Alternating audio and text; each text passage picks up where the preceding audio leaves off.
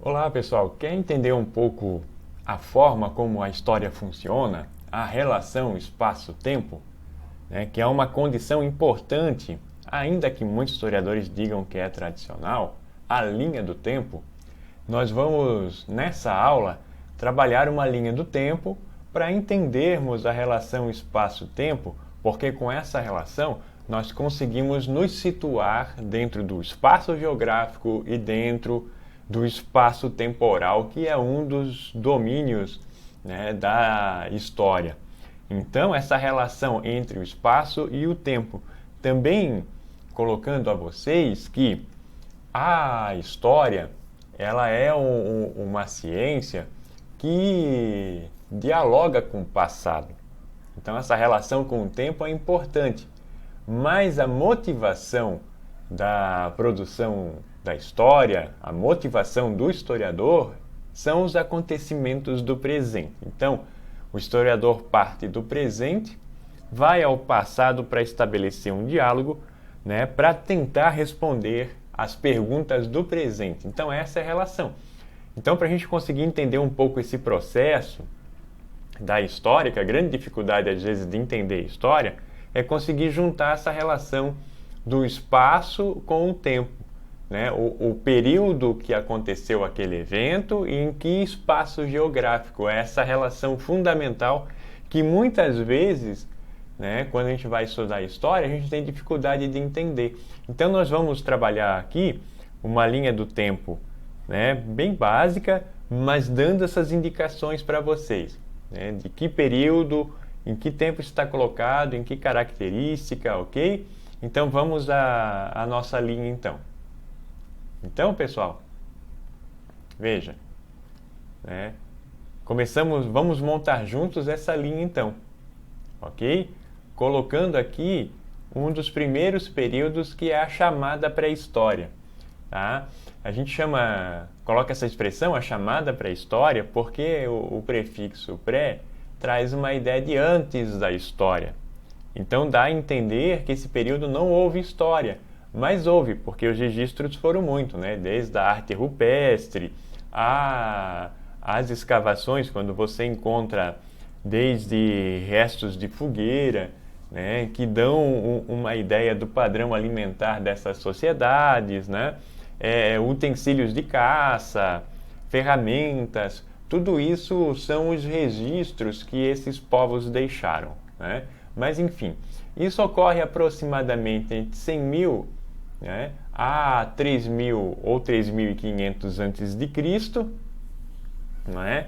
Por quê? Porque 100 mil é o aparecimento da espécie Homo sapiens. Então se conta mais ou menos a partir desse aparecimento. Então a gente pode encontrar 100 mil, 40 mil, enfim, 20 mil. Então é nessa média de tempo, ok? Então vamos aqui. Quais eram as características desse período, a chamada pré-história, né? Então, o período paleolítico, né, que tinha por característica sociedades coletoras e caçadoras, ok? E o período neolítico, né?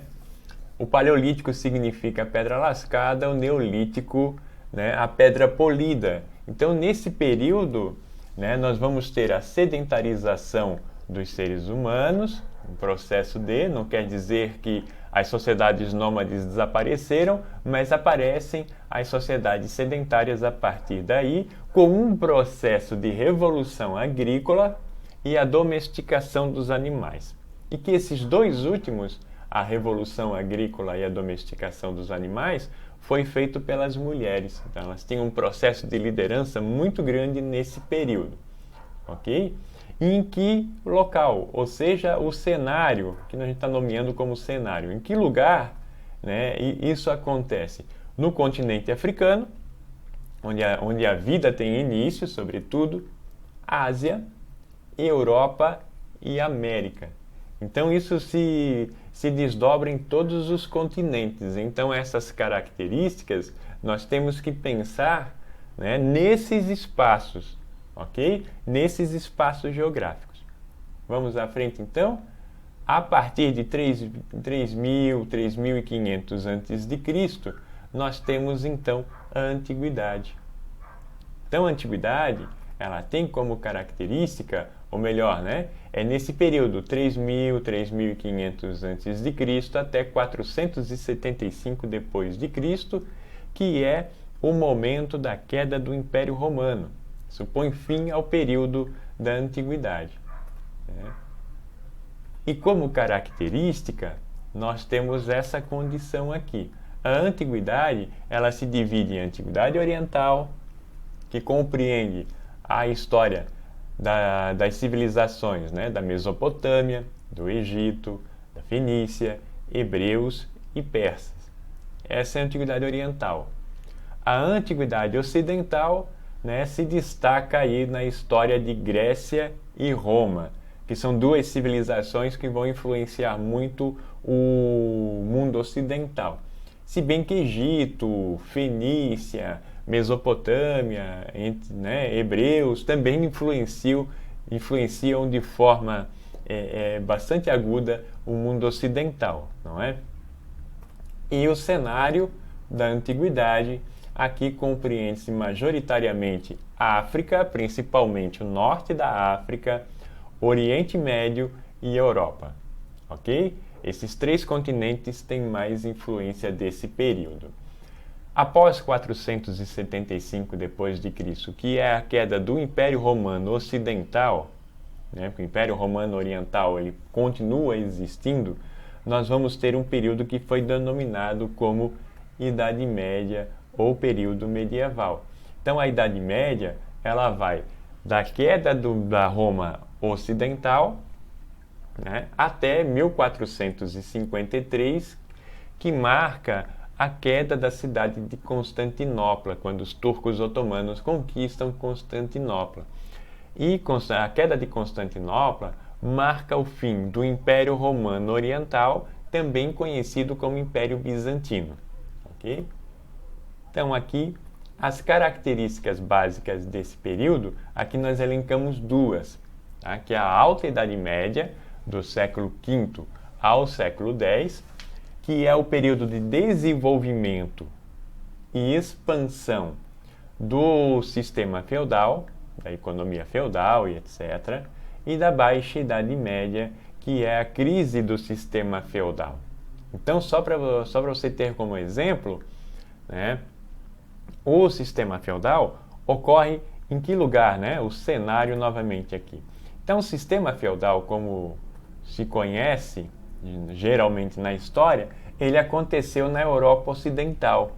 Porque, por exemplo, a Europa Oriental estava vivendo o Império Romano Oriental, ou seja, né, o Império Bizantino. Então, ele não entrou nesse modelo de sistema feudal, né? Ele é característico da Europa Ocidental, né? Nem a Península Ibérica, que a partir do século VIII foi ocupada pelos árabes, né, oriundos do norte da África. Então eles estavam vivendo um outro modelo, né, pautado no comércio, pautado muito na fé islâmica, não é?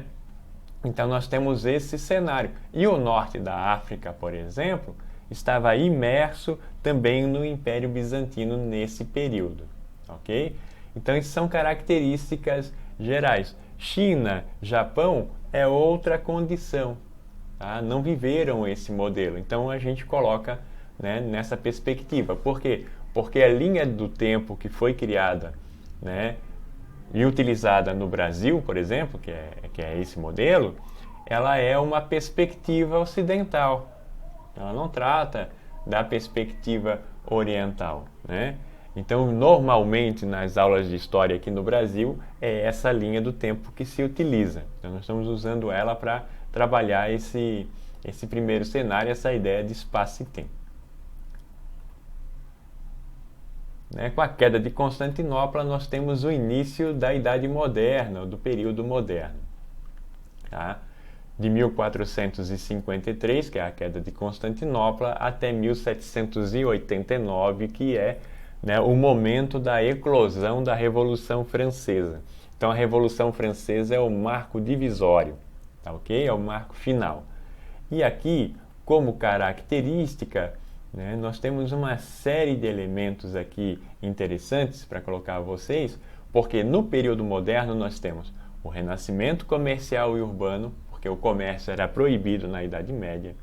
Nós temos o renascimento artístico, cultural, todo o movimento com Michelangelo, Leonardo da Vinci, né?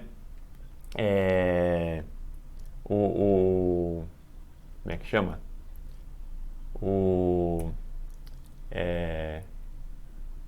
Fugiu o nome agora, depois a gente volta aqui, né? A formação dos estados nacionais, que vai criar os estados como conhecemos hoje, por exemplo, primeiro foi Portugal, depois seguido da França, posteriormente a Inglaterra. Então essa centralização do poder real, né, que vai gerar o absolutismo, a reforma protestante a partir de 1517 com a reforma luterana, a expansão marítima e comercial e o sistema colonial. A expansão marítima tem a ver com o quê? Com a descoberta da América, a chegada dos portugueses no Brasil em 1500, né?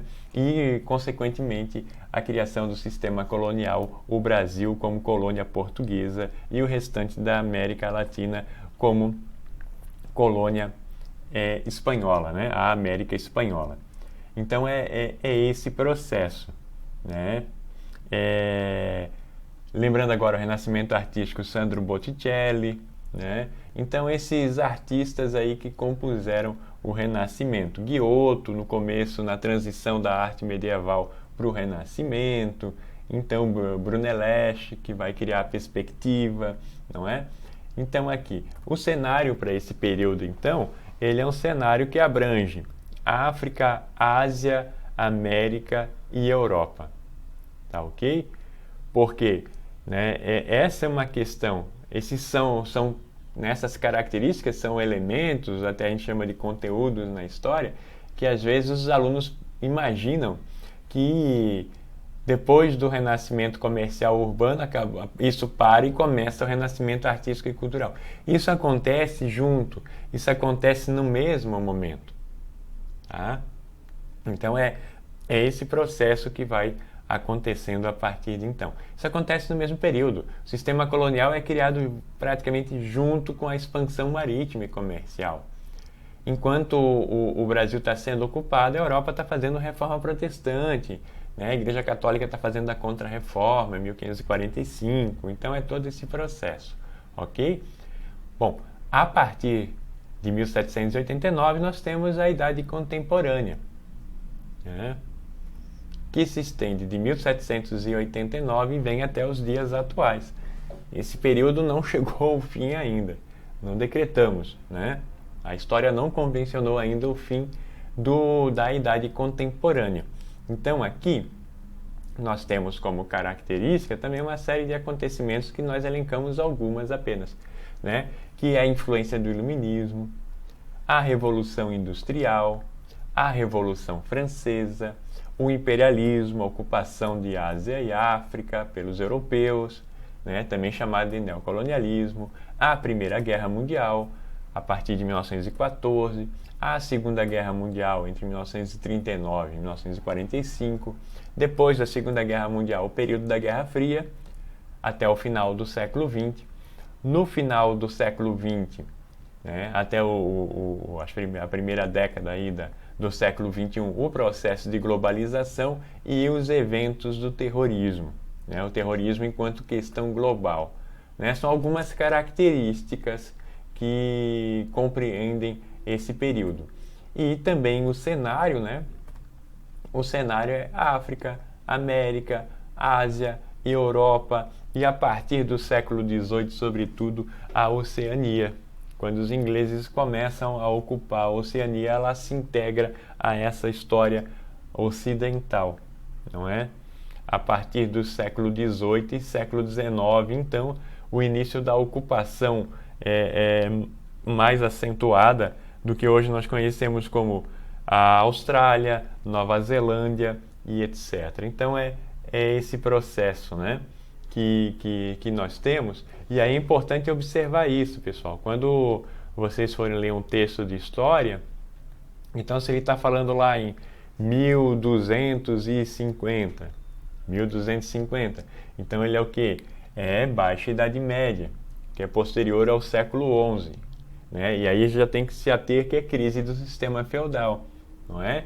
Então essas características. Então você começa a entender um pouco em que espaço isso aconteceu, em que período de tempo, em que lugar isso aconteceu, a história começa a ficar mais fácil para o entendimento. Eu consigo entender o contexto daquele período, ok? Então nossa aula hoje teve esse objetivo, né, dar essa linha para organizar um pouco, né, a forma do entendimento e da interpretação da história. Aí fica mais fácil até para quem vai fazer Enem, né, quem vai fazer vestibular, né, tendo esse panorama, fica mais fácil entender, né, as questões da área de história nos vestibulares, no Enem, etc. Se eu tenho essa noção, né, de espaço e tempo colocado, ok? Um abraço a todos e até mais.